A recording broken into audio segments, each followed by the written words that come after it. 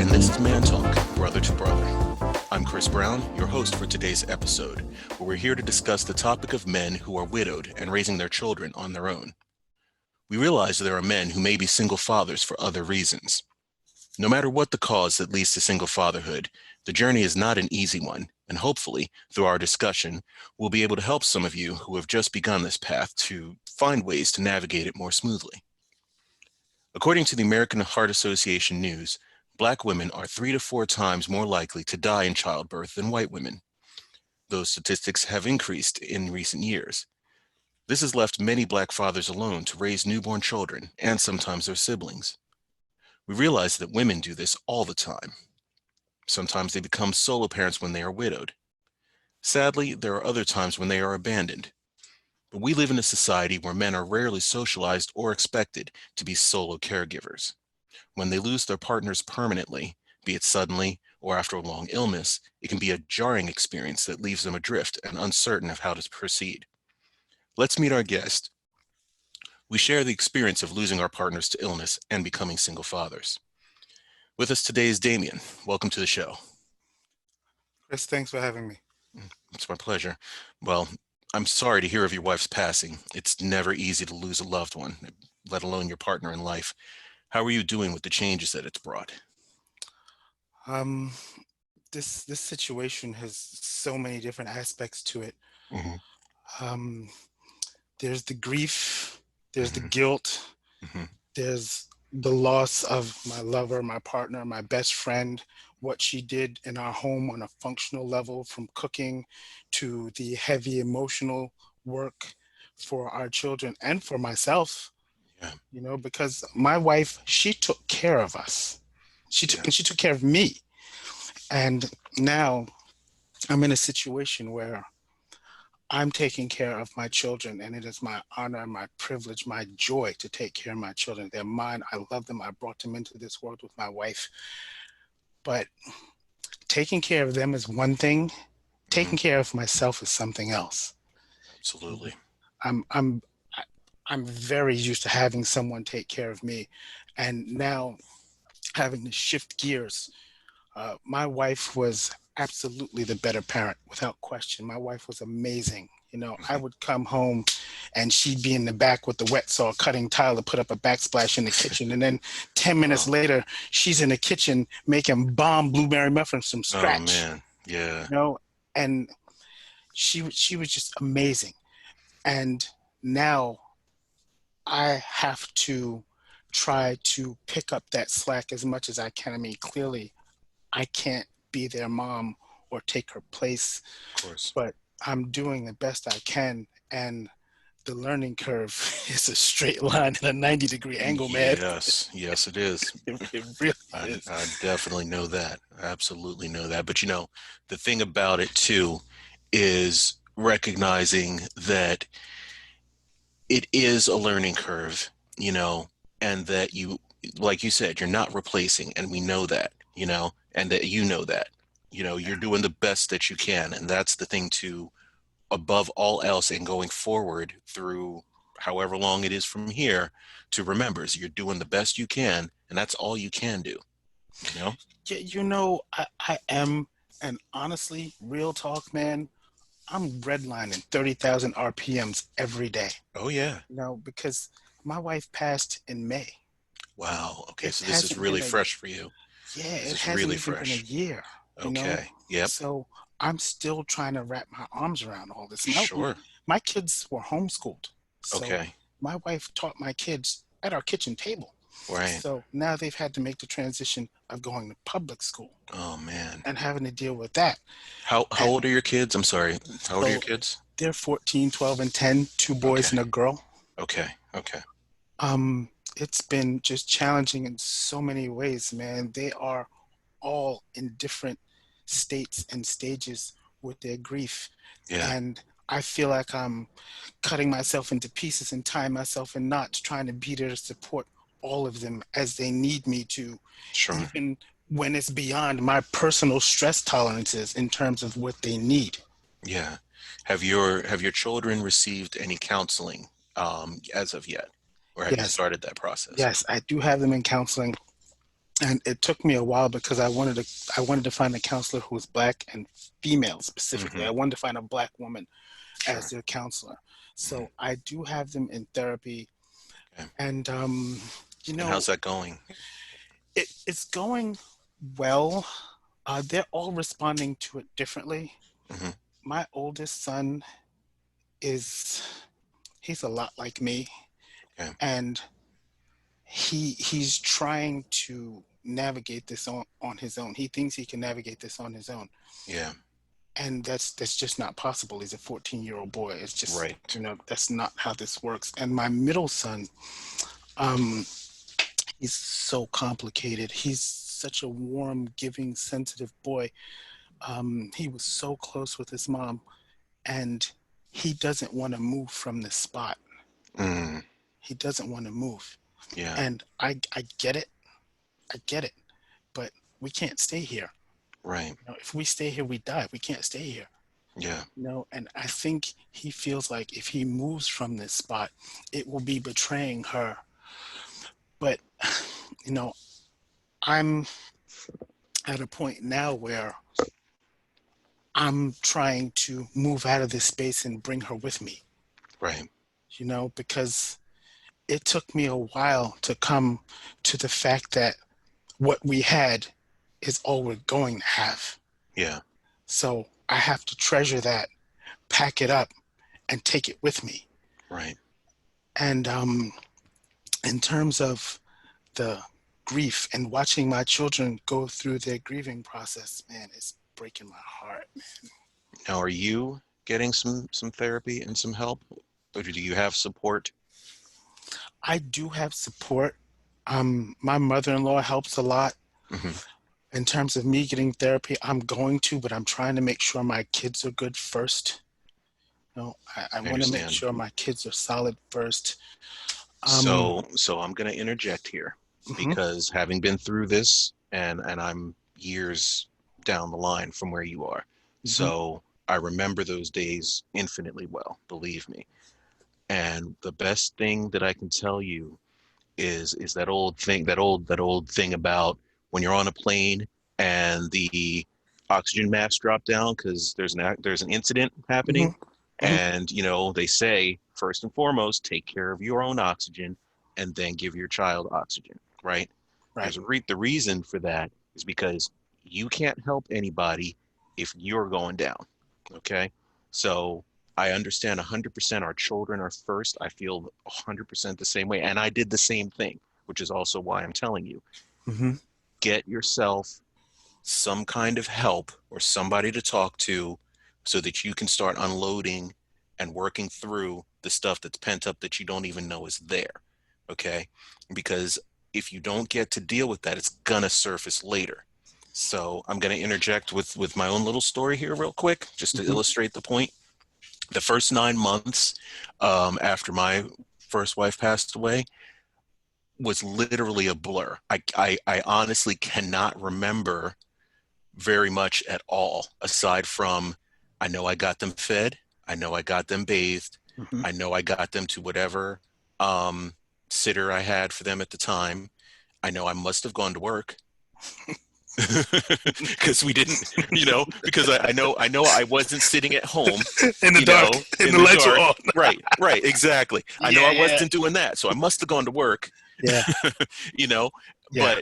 but that entire 9 month stretch was just a complete blur. I do not know officially what actually happened.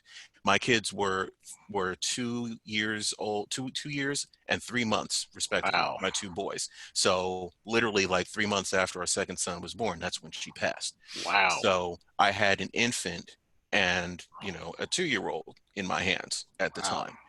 And when and of course we had to keep going, and I was the sole provider and the sole breadwinner and all that good stuff too. Right, So and I'm sure so you got to go to work, because if right, you don't work you don't eat, nobody right, eats. right. So I made the arrangements I could make. I got a friend of the family to look after the kids during the day. She ran a daycare mercifully, Mhm, and charged me very little, thank God, again. mhm. And then the the kids' in-laws, I'm sorry, the kids' grandmother, my former in-laws now, she would look after them from time to time or make sure that, if I needed to work late or whatever, she could go handle it.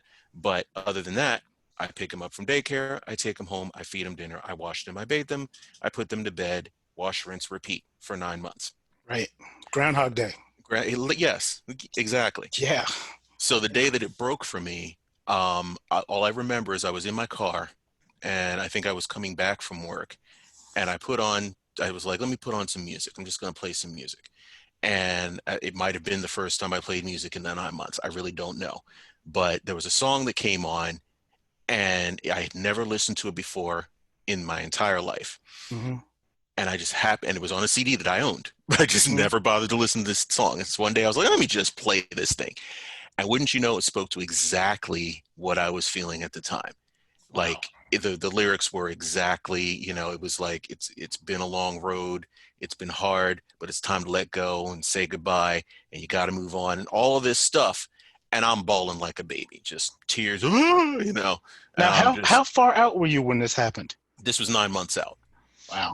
Yeah. So this is what I'm saying. This is what my first memory of the 9 months after. That's the first memory was when I was finally releasing, thanks to this goofy song, Yeah. that triggered it, and I'm just crying like a baby, just bawling all over the place. Prior to that, I know that I was holding it all together for the kids, so I was just powering through. And that's the one thing that I do know. I wasn't allowing myself to feel anything other than they got to eat, they got to be bathed, they got to get from point A to point B, and I got to keep going to work. And Right. that's all that But I was doing. That was it, that was survival mode. you You go know? into this automatic mode. Yeah, Yes. I feel you, man. Yeah. I feel like the grief, the loss, all of the different aspects and mechanisms and dimensions of this situation, they take up so much space that it's almost Yes. like your life and your present becomes inaccessible to you. It Yeah. takes up all this space and you can't get in because if you go in, there's all this stuff waiting for you. Yes. They say It's there'd be dragons. Yeah, there's dragons.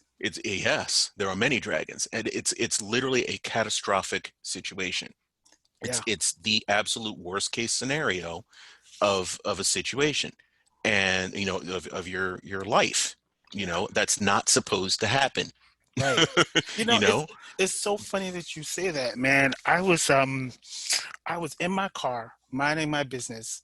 Michael Jackson, Lady in My Life comes on. No, And no. yeah, Yep. and it got to the point where he said, even when we're old and gray, yo, I Mm, lost it. yep. That I would do it. lost it That would right in do the it. middle of traffic. I Yep. just and I never know what's gonna set me off, man. Yeah. It's like having this thing inside you, and there's any little thing that can ping it, Yeah. and then the dam breaks, Yes. but you can't fight it. What are you gonna No. do? If you try to fight it, you're gonna lose. Exactly. And that's the exact reason why, bringing it back around, that's why you got to go ahead and get you some help, because it's not that you can't handle, it's not a weakness thing. It's not Right. you're strong as hell, man, because you're still functioning. Yeah.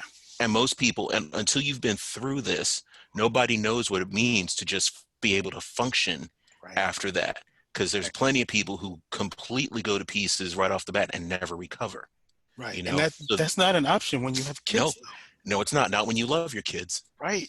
And that's the thing that I think a lot of people don't seem to recognize too. So as single Black fathers, taking care of our children single, that's like a unicorn under a rainbow, Right.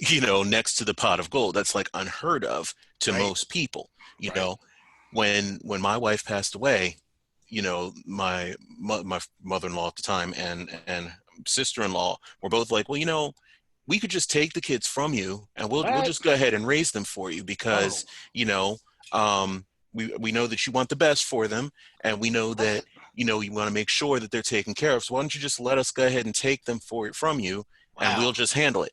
How did you respond to that? I held my tongue I'm sure. because I was ready to say, the fuck you talking about? Right. That part. That part right there. Yeah. I literally it took everything I had not to say something real ignorant, Right. because I had to recognize, number Right. one, this is coming from a place of love. Like, Right. they love those children more than anything. And I know Right. this. So they're trying to handle and help this. But at the same time, I'm their father and I love my children. And who do Right. you think you are Right. to How tell dare you? me, yeah, how dare you say I don't know how to raise my kids? I was Right. like, No, I'm good. I got this. Aside from helping me out from time to time if I ask you, Right. otherwise I got this. Right. If I Thank need you. you, I'll tag you in. Right, exactly. Yeah. So it was going forward from there, that was a strain, for Yeah. me anyway. They never knew it because, Yeah. I'm a professional. Yeah. But That point where people come in and they try to say things and they mean well and they think mhm, they're helping, yes, that kind of takes you to um the impact of what you did matters more than your intention, right? yes, But yes, we really can't hold them to that because they don't know where we are, absolutely. you know? And the other thing, speaking of this, and I'm 100% sure that you're going to get this, the whole thing about people's intentions, right? And people saying things. Most people don't know what to say when you tell them what happened, right? Hmm. And they kind of go, "Oh well," and they say something really messed up, like she's in And a you better want to place, drop or kick them. You want to punch yes, them right in the jaw. yes, Right in the jaw. Yeah. yes. Yeah. It's really offensive Yeah. Yep. because they don't know. You Right. don't know what you're saying. No, Right. she's not in a better place because her place was here with me. Right. Or That's what they'll it's say, supposed to be. "Oh, I'm sure she's still there with you." Nah, my Right. dude, she's No, not here. That's she's the not. problem. Do you see her sitting here? No. Right. Right. Right. Right. So all of those things that people say that they think are helpful because they just don't know end up making things worse. Right. So now you're mad, Right. on top of being in grief and on top of not knowing what you're going to do tomorrow because none of this was part of the plan. Now you Right. got somebody who you used to care about that you want to drop kick out the window Right. on top And of everything else. And they're smiling at you like, didn't that make things better? right. No, So here you are at DEF CON 1 and they're making more emotional labor for you. Like you need exactly. that. Exactly. Yeah. Yeah. So so this is why, support groups exist because if nobody's been through the thing that you've been through, they can't help Right.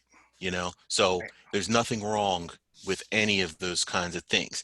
We are not islands, you Right. know, and in spite of how much we want to believe that we are, in spite of how much we have been Superman for the people that, for our families, for our wives, for our husbands, I mean, for our wives, for our children, excuse me, Right. in spite of everything that we've been and even continue to be, Right. we also have to make sure we self-care, that we take care of ourselves so that we can continue to take care of ours. Right. You're right. And then on another note, so my backstory, I'm sorry, I'll just tell you my backstory real quick. My wife had sickle cell, Oh, and so when we got together, it was with the knowledge that this was not going to be like a permanent thing. She said originally that her life expectancy would be 20 to 30 more years tops. We got together when we were 23, 20, yeah, about 23. wow. So she was like, we got maybe 20 years, maybe 30, if everything goes great. And that's pretty much going to be it, most likely. And Wow. I said, okay, well, that's a good run, you know, and who knows how that's going to play out. Let's do this. So we have kid number one. We have kid number two. Kid number one was a difficult pregnancy, a lot of complications. Healthcare system is not the best when it Right. comes to our people. Right. So, and on top of it, when you have sickle cell, because sickle cell requires a lot of narcotic type pain medicine to Right. manage the pain, because it's the only thing that actually manages it, you know, a lot of the doctors and nurses will look at you funny, when you come in for an issue, because it's not something that's visible, or that they can measure. No, So then I'm sorry, go ahead. I just to your point, talking about the fact that illness requires narcotics.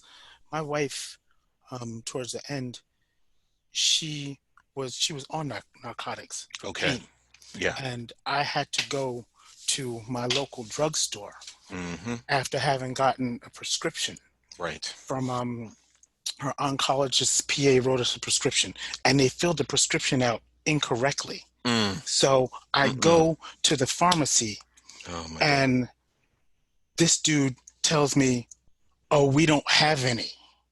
That's Try a and lie. try another place." Right Come on. now, my wife is in bed in pain with pancreatitis. See. So I went back the next day and spoke to the manager. And then he proceeded to explain to me that this guy lied to me, Oh, right?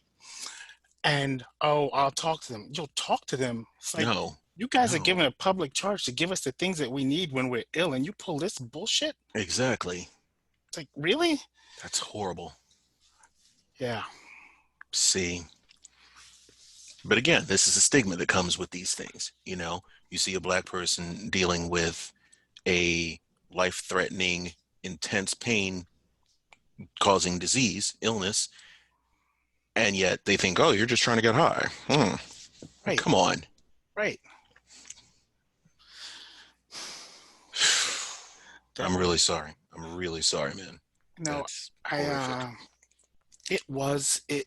I look back now, and in the grand scheme of things, it's just one of the things. But death of a thousand cuts. Yeah. You know, Yeah. Here I am trying to take care of my wife, love of Hmm. my life. Hmm. I don't need this. Right. This is bad enough as it is. Yeah. That's not how any of this is supposed to work. Right.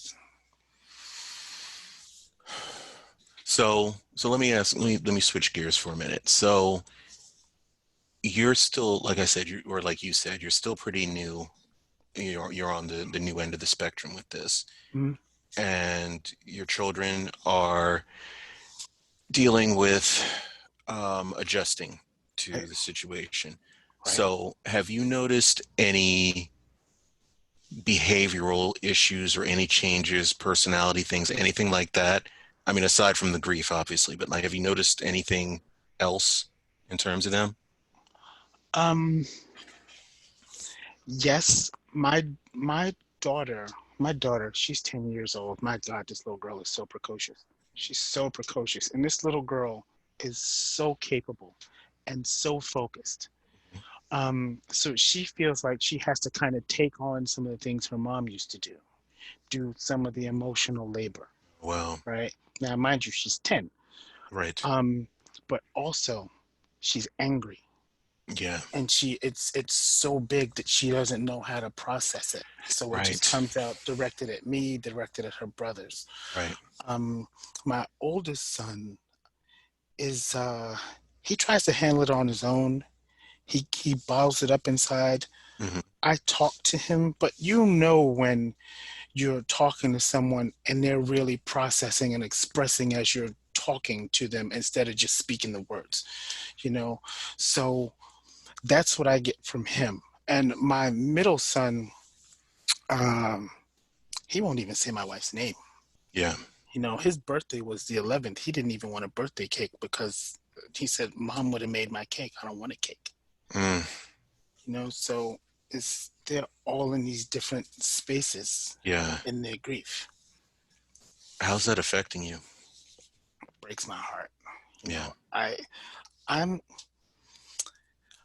I hurt more if something happens to the people I love. If something happens to me, I'm Yep. like, whatever, man, all Yep. good. Keep moving. Same. Same. But if something happens to the people that I love, and this Mhm. is not something I can protect them from, Yeah. and I I remember it was probably 2 days before my wife died. We were in the hospital, and I looked my son in the eye and I said, "Son, I did everything I could to save your mom. Mm. I did, Mm. and I know I did, Right. but wasn't enough. Wasn't enough." And there's this thing where, at least for me, and I said this at my wife's funeral, um, that I thought of my wife as invincible Yeah. and indestructible, Hmm. and even even at that point, standing there at her service, it wasn't a fight she lost. The science failed her. The medicine Yes. failed her. She Yep. fought till the last. Right. So just It, it's difficult, man. absolutely. It sounds like you and I have very similar experiences kind of across the board there. And it sounds like you are shouldering a lot of the responsibility with no one to lean on. And I went through very much the same thing. Oh, absolutely. And again, my kids were tiny, so I had little children. Now, on the upside of that, as twisted as this is, bear with me, but as twisted as this was, I was lucky that they were so little, Right. because Sure. they didn't have that same level of I attachment understand. that your kids have had to you have and had to, their mother. Right. So at least for me, even though it was a lot, it was shouldering everything and dealing with everything, I didn't have to deal with that aspect of anger Right. and tragic loss and everything else that goes along with that. Right. So mine was just keeping everybody alive from this point, Right. and trying to manage my own grief and issues. Right. So for me, throughout my life, I've always been the strong one who's held everybody up. People have a problem, they come to me. People have something horrible happening, they come to me, and Yep. they launch into it, and I take it all on. They Yep. feel better and they go about their life, and Yep. everything's great for them. And then you shoulder it and you brush it off and you keep it moving. Yep. So for all the people that I had done that for over the years, for years and years and years of doing that, when my time finally came to need to lean on somebody because, God, this is a lot. This is catastrophic. Right. I reached out to as many of those people as I could, and nobody was willing to stand and help me. Nobody would stand up. Some were like, this is too much. I can't deal with that. Others just didn't want to be bothered, So, I my situation, I've kind of always been the magical Negro in my circle too. mhm, mhm. Everyone comes to me, oh, explain this, break this down, Yes, parse exactly. this data for me, interpret this for me, Yes. right? Um, uh, my best friend flew all the way around the world from Dubai to come hold me down Wow. towards the end with my wife. Wow. Some of my family members are still trying to lean on me and still trying to bring me things, even though I'm at DEFCON 1 right now, still. Yeah. Yeah. But, some of the people who are my chosen family have really stepped up That's to good. help me and hold me down. That's good. Hey, I'll tell you, I haven't even been able to take my wife's clothes out of the closet. I understand. I can't do it. So several people have offered to come on and say, yo, D, come on, man, let me do this for you, or let me do this with you. I've had, and it's in large part because I've been there for other people and not asked for anything in return. Yeah. So I had people that I went to high school with, and I graduated in 92, who have rallied around me. Right. And come down to my house to cook, to make sure I'm good. Call me, check in. Yo, D, you all right? You good? You need anything? Let me come help you do this, help you do that. So I have had some folks that I can lean on, and I'm That is good. That's very humbled and very appreciative of that. Now, what I will say to clarify on my end, because just to clarify on my end, a lot of people came for the funeral. A lot of people, very similarly, like people I haven't seen in years and years, came out to support in that respect. Right. And in terms of people traveled from a long way, and I love them for that. Right. The people who could do something at that exact moment did. Yeah. I'm talking about those after the fact, like in this 9-month stretch after the fact. Right. That's when you still need people, and that's why it's so glorious that you have people who are still holding you down. That's a blessing for real. Yeah. Because after a certain point, people drop off. Like, okay, well, you're fine now. Right. That's what I'm talking about. When it's the okay, some time has passed now, and I assume since I haven't heard anything, you're okay. Or even if I have heard something, well, I was there for the funeral. I'm gonna kind of move on. Those are the things we still need help, and I'm so glad that you have people who are still helping. Because outside of that, but again, this is also why you have your chosen family, I guess. Right, and exactly. But real talk, man. This where I am right now is such a critical place. Hmm. I don't trust everyone to help. That's fair. Because of what you were saying before. They'll say things, they'll do things they mean well, but it's like, nah, my dude, you just stabbed me. Yeah. You don't see this blood dripping, you just stabbed me. Yeah. So, I'm rocking with the people I feel like I can trust in this situation in this point in time. Right. Yeah. Yeah. Wow. So what are the things that you would want people to know currently? Like Oh, where you are right now in your life with everything that's happened and everything that you're going through now, what do you want people to know? What do you think is something that you need to, or what do you want to get off your chest for that matter? you know, this, my wife died. This is something that's completely and totally unthinkable. Hmm. You hear the phrase, "Oh, it's beyond your ability to grasp. You can't wrap your mind around it." No, I still can't wrap my mind around it, but I know that when I get in my bed, she's not next to me. Right.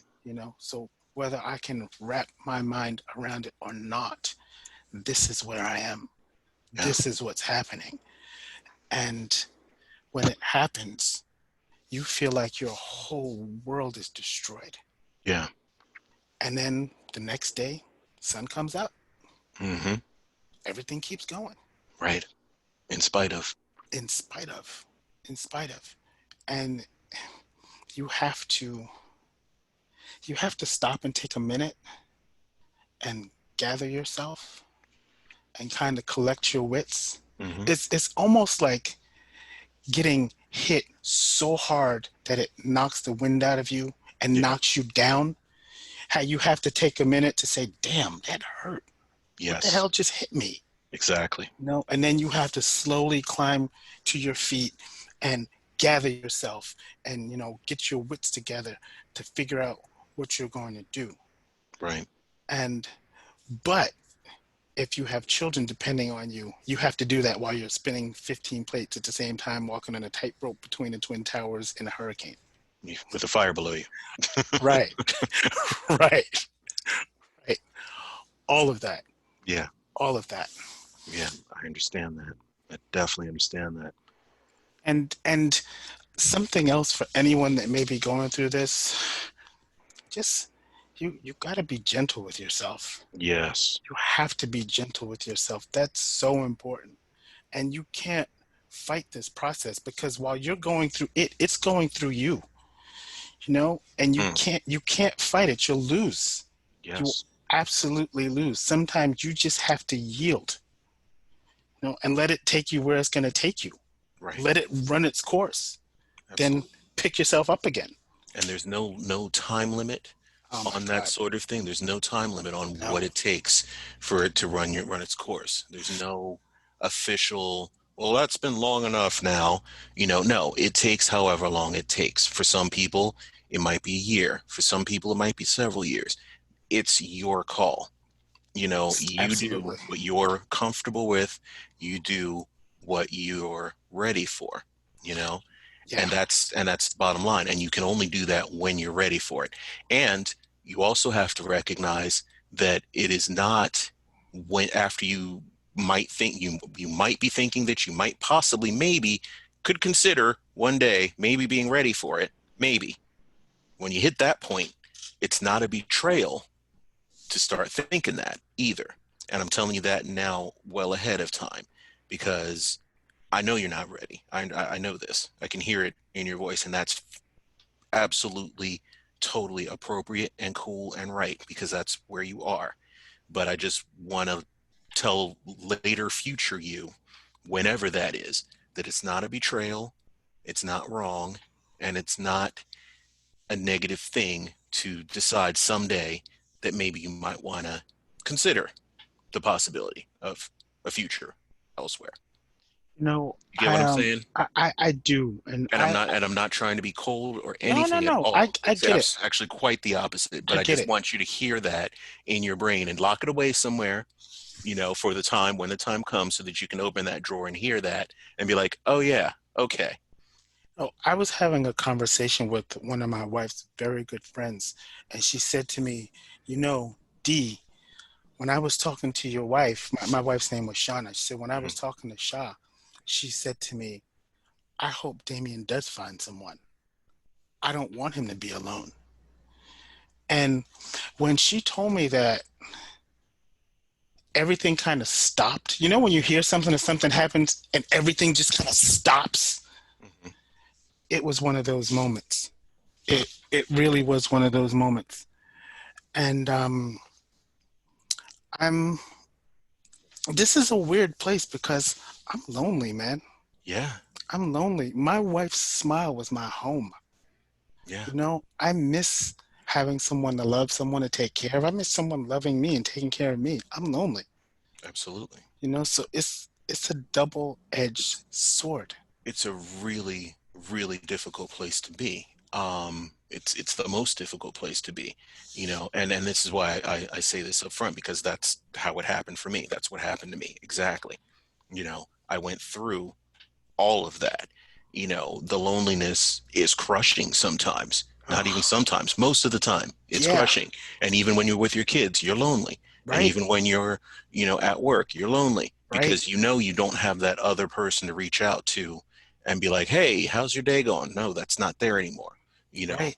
the person who shared your space is no longer there. So half of you is kind of gone. That's So, what it feels like. so let me ask you a question, right? Sure, of So course. after having gone through this and you started dating at some point, like I'm thinking about my situation. I was with my wife for 20 years. We were Wow. married for 18. And all of my reflexes, all of my instincts are geared towards being someone's home, Yeah. taking care of them, being good to them, loving them, making sure they're good, you know, Yeah. making sure everything is solid Yep. for them. How did that translate into dating for you? How did you dial that back when Oh you yeah. weren't there yet? So yeah, that's an adventure, man. Let me tell you. Oh, I have stories, bro. oh, I have been through some adventures, and that's why I'm so grateful for my wife now, because she is somebody who can actually appreciate that. And yeah, that's the whole reason that we work, is because she appreciates I'm a provider and I'm making somebody. This is the exact thing that you just said. Like I said, you and I are very similar, and that's how I operate too. I want to make sure she's good. I want to make sure she's happy, that everything is taken care of, etc. And not everybody is geared for that. For right, some people, it's too much, right. because that's what you're used to. You're used to handling things, and they don't know what to do with that, especially if they've never been in a relationship slash marriage where somebody takes care of them. They think, oh, this is this is weird. Why are you like this? You know, or they think, oh, you're putting on a show, right? You can't possibly be this nice, this good, this whatever, this whatever. Like, no, Right. that's really just how I am. Okay, so what I can tell you is that number one, don't lose that. Whatever you do, don't lose that, because you'll find somebody eventually who will truly appreciate that. You will. That's one of those super rare diamond in under the mountain kind of things, that when you find it, you're like, oh my god, it's the Hope Diamond. Like, it is that valuable. And when you find somebody who actually can understand it, and if you allow yourself to be open to it, then you can have that. But you got to find somebody who's worth that. So the trick is figuring out what type of a person you're dealing with and what they can handle, and then working with that, right? So, you do a lot of preliminary conversation kind of stuff. Find out how their brain works. Kind of interview them like a job almost. Yeah. You know what I mean? Not really that formal and that crazy, but enough to get the point across that hey, I'm really trying to find out what you're about and who you are, so that I can see if this is going to work. My wife and I were platonic for God. It's weird. Okay, quick story. So when I met her, it was 2008, I believe. I met her through Facebook, slid into her DMs because I was like, hey, this is and really because we had mutual friends, and she was cute, but also because we had mutual friends. It was like, oh, okay, this is somebody who is kind of neat, kind of interesting. She's very smart, and we started a conversation. And had conversations over the course of the next couple of years, but it never went anywhere past conversations. You know, we met on at our mutual friend's film shoot, and when I saw her come through the door, in the back of my brain, something said, she's going to be important. Mm. And the rest of my brain went, wait, what? What are you talking about? No, what? That's a weird thought to have. It was another probably, let's see, that was 2011. This is 2019. So another 6 years before we actually finally Wow. officially got together. Like we went on platonic dates. And, again, it was like, hey, you want to go to the movies? Let's hang out. And nothing happened. Like not even a kiss goodnight for the first couple of years. We liked each other, and we respected each other. And we thought, hey, this is a great person. And I was thinking I could totally see this being a thing someday, but didn't make that move. And then after a while, I realized that she hadn't met the kids. As long as we had been friends and we'd been hanging out, she hadn't met the Mm. kids. And I'm very, very protective of my kids, as I know you Sure. you are and will be. And so over when the time came when I did start dating people in general, when I just started kind of looking, I made sure not to introduce the kids to anybody until I was sure, absolutely 100% sure they were going to be around for a while, which means they pretty much didn't meet anybody Right. for the most part because nobody was sure, nobody was good enough. So when I had the thought to bring my now wife to meet them, and again, we weren't dating yet, by the way, it was literally just, you should meet my kids. Right. You're cool. I like you. You're cool. We're good friends. She came to the house for dinner, and the kids came downstairs. They were like 12 and 10, I think, at this point. Oh, I wow. think. Was it 12 and 10, 10 and 8? I'm sorry, my numbers are a little off. 12 and 10. They were 12 and 10. Okay, because Nia's 15 now. So yeah, 12 and 10. So they were 12 and 10, and they came downstairs. She came in the door. All three of them looked at each other. They grabbed her hands and said, "Come see our rooms." And the three of them ran upstairs and went to the bed and they went to show her the rooms and show her around. And they left me standing there. Nice. The boys have never reacted to anybody ever like this, ever. So immediately I was like, oh, well, I guess I got to make this happen now, don't I? Yeah. Because clearly there's some mystical, magical, God sent something connection happening there where the three of them just immediately were like, yes, this is cool. And they took Nice. off. Yeah, it truly, I think I actually said that, and then I went to go find them, and I had to go look for them because they had taken off. Nice. And so then for the next couple of months, every once in a while, she would come by to hang out, and all of us would do stuff. And it was great. And then finally the day came where I was like, we really need to make this a thing. And then we've been together since. But it took a really, really, really long time to get there, you know. And in the interim, between when my wife passed away and then, I had literally a handful of dates. I can count on, actually, I can count on one hand. It was five. Had about Wow. well, not, no, let me not say 5 dates. 5 people I dated over the course of the 12 years that it's been. Wow. And they were all, well, I won't say all serious, but they were all with the intent of it being serious. Because again, I have the same thing. I had that hole, that loss. So, I was like, even though I had done the work and gotten to a place where I was okay, I still wanted my partnership, that's what I was geared for. That's what I was built for, you know? So getting to that point, it was an adventure. Not everybody's geared for that. And you don't find that out until after you've kind of gone down far enough of the road to see what kind of people they are. Started that. I'm sorry. I said I haven't started that. Yeah. And I, I'm sure it's going to be a minute, it's going to be until you're ready for it, period. And that's okay. at But in the all. meantime, you need to do what you need to do to be okay. reasonably okay, you know? Yeah. And I know that that's a real loaded statement. Yeah. I know it is. But what I mean by that is whatever it takes for you to get to a place where you can continue to function and work towards being okay, that's what you got to do, you know? And eventually the the the wound lessens. It never goes away. And we know this. It never truly goes away, but it does lessen, and it does become less horrific over time once you get far enough away from it and you do the work to heal, and then you start finding new joy, so to speak. You know what I mean? I do. And Um, it's not a replacement joy, it's just new, right, and right, that's okay. right, right. I do. I understand. I understand what you mean, and I think, I think that I'll have to take it slow, Absolutely.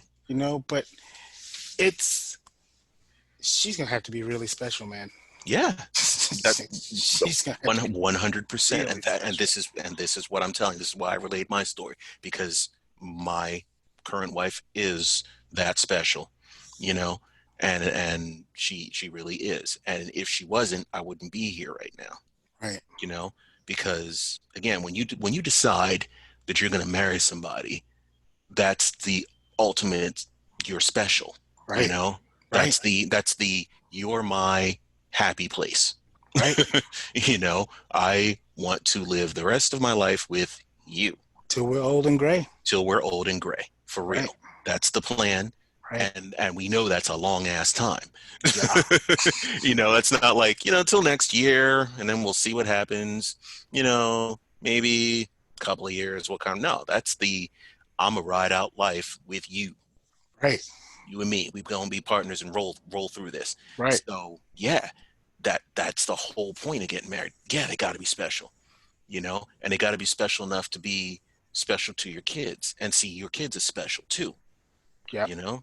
And you, like I said, you sound like me in the way that you feel about your kids. And yep, and this is how we black men are supposed to feel about our kids. We're supposed to love our kids more than anything and right, want to put up. And that's why you give them the best. And that right, includes the people that you have in their lives. right. So yeah, absolutely.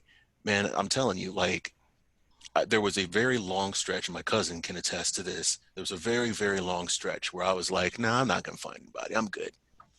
I'm good." He was like, "No, really, you can find somebody." I'm like, "Nah, I mean, if I do, okay, great, but I mean, really, what are the odds, that I'm going to find somebody like that, Yeah, and furthermore, I mean, the kids are making it. I'm handling life, right. they're cool, they're good, they seem pretty happy with everything, I'm putting in the work, you Hmm. know, so okay, whatever. And he was like, "No, you'll change your mind one day." Yeah, Fast yeah, forward several years. yeah. And then I told him one day, I was like, "Hey, so yeah, I finally think I might be thinking about getting married." And he Wow. laughed. And he laughed. He's like, "What'd I tell you? What'd I tell you? I told you, didn't I? Told you." But with that, I can see that happening. When I think about that, right? Hmm. I think about all the things that I wanted, all the things that I wanted with her, Yeah. and Yeah. you have to come to grips with the fact that, well, it ain't gonna happen. Yes. It ain't And gonna and happen. that is part of why we need people to talk to about that. Because see, what I don't want to have happen is that you're inside of your head with all of that stuff without getting it out of you. Yeah. Because what happens is, because the whole problem is that if you don't get that out by saying it out loud to somebody else, whether it's somebody who understands or somebody who's trained for it or whatever, if you don't get that stuff out of you, it just spins. Right. It's just a nasty rinse cycle. It Yep. just kind of keeps going, and it never drains. So the dirty water just keeps getting dirtier. Yep. You know what I mean? Yep. And before you know it, you're in the funk. You're in a real nasty funk. I'm telling Yep. you, because I've been there. I've been there. So this is again why I'm real. You know, we don't tend to want to admit that we should talk to somebody or admit that, hey, therapy might not be a bad idea. You know, we're strong and we handle stuff and we can carry everything, and we black men, damn it. So whatever, it's not what we do. But no, some things are bigger than that, Yeah. you know? And this is one of those things. This is, like I said, it's catastrophic. And you can't let all of that garbage build up and circle around. Like, you got to work through that so that you can look ahead and be better for your kids and be better for yourself. Right. And be able to live a life that's worth living, whatever you decide to do in it, you know? Because the whole robotic stuff that we got going that first year or so after a tragedy like that, that's not how you want to live indefinitely. No. You know? No, absolutely not. And again, I'm only speaking what I know, because man, that first year was ugly. Yeah. What I can remember of it. Yeah. You know? Yeah, I do. So, but listen, I am, you know, just kind of going slightly off topic, but you know, I'm here for you, brother. You know, this is one of Thank those you, man. things that, yeah, absolutely. You know where to find me on Facebook and all that good stuff. Yes. And, you know, we all of us brothers have to kind of support each other just in life, let alone when Yes. things like this happen. Yes. So, you know, we need to kind of build those networks of people who can understand us and can be there for us. You know, and when things like this happen, you know, we got to make sure that we take care of ourselves and each other. Yeah. You're right. So I want to thank Damien for joining us today on ManTalk, Brother to Brother. This has been a highly emotional but wonderful experience for me, and I really thank you, brother, for sharing your experience with us today. It was my pleasure. Thank you for having me on. Absolutely, and I wish you the best going forward. Thank you, man. I appreciate that. Thank you.